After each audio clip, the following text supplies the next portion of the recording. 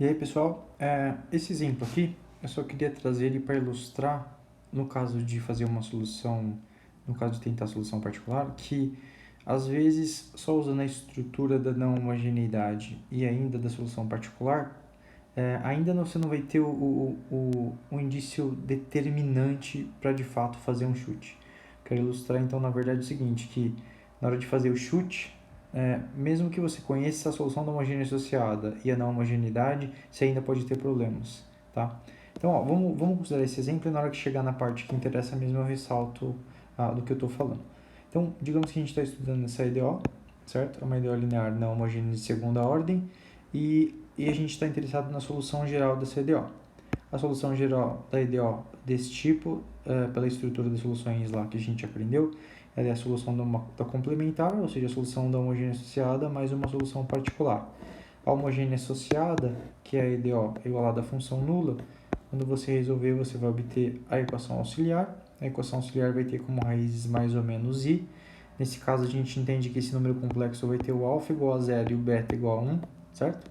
É fácil ver que se você pegar mais ou menos i, isso é a mesma coisa que escrever é 0 mais ou menos i vezes 1, tá? Esse vai ser o alfa, esse vai ser o beta, é o que eu falei ali, tá bom?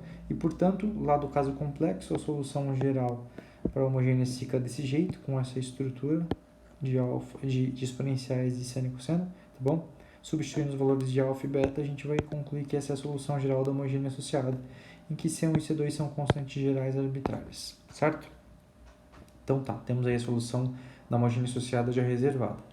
Agora, no caso da solução particular, que é o que esse exemplo eu quero dar uma ilustrada, eu quero mostrar para vocês que mesmo seguindo os indícios, né, olhando para a solução da homogênea associada e olhando para a estrutura da não homogeneidade, ainda assim a gente pode tentar chutes que não vão ser felizes, tá bom? E esse é o caso justamente deles, ó. Na hora que eu olho a estrutura dessa não homogeneidade e olho a solução da homogênea associada, eu falo, poxa, eu posso tentar um chute desse tipo. Porque na hora que eu olho para esse tipo de chute, eu estou me baseando na estrutura da não homogeneidade, né? Aqui é como se fosse uma função afim, né? Vou escrever de maneira geral que é A mais bx, né? Com seno e depois com cosseno, então a gente está acompanhando a ideia da estrutura da não homogeneidade, e também eu olho aqui para a solução da homogênea associada e vejo que mesmo que eu escolha C1 e C2 de maneira que eu quiser constantes, eu não consigo construir essa funçãozinha aqui, uma vez que esse cara que multiplica o seno e o cosseno não é constante, é uma função que depende de x. Então, aparentemente, está tudo certo para eu tentar esse chute. Aí, o que a gente vai fazer? A gente vai fazer as contas para substituir no lado esquerdo e exigir a igualdade para todo x, a fim de determinar as constantes a, b, c e d, que fariam I de yp uma solução para essa EDO. Seguindo a ideia, calculando as derivadas, depois dá uma olhadinha se está tudo certo nas minhas contas aí, eu mando para vocês esse rascunho, tá? Acompanhando as derivadas, substituindo aqui no lado direito, só vai usar a segunda derivada e a derivada de ordem zero, que é a própria função, né? Na hora que eu substituo na EDO, faço as contas, faço os cancelamentos devidos, exige a igualdade para todo x real, a gente vai concluir isso daqui, ó, que o lado esquerdo aparece isso e o lado direito aparece isso, e eu quero que essa igualdade valha para todo x. Mas note que aquelas constantes que apareceram lá atrás, o A, o B, do A, do B, do C e do D, só sobrou o C aqui, tá vendo? E você vai analisar que essa igualdade para valer para todo x, isso não é verdade, entendeu? Não vai ter como para uma única constante fixada, essa igualdade valer para todo x, porque, primeiro, eu tenho um seno desse lado acompanhado de uma função de uma função que depende de x aqui multiplicando ele, e nesse lado o c não acontece isso, aqui é uma constante, não é uma função que depende de x.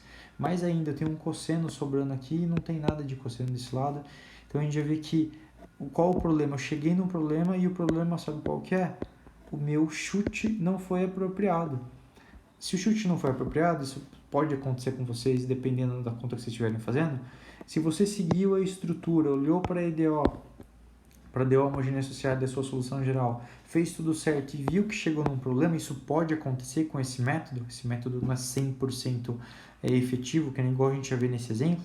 Qual é o jeito de fazer o desvio desse problema? Você vai usar o seguinte chute, você usa o seu mesmo chute, só que você vai multiplicar por x cada um dos termos, tá bom? Aí agora isso aqui vai ficar de exercício para vocês completarem os detalhes, tá? Vou colocar até na listinha da atividade avaliativa.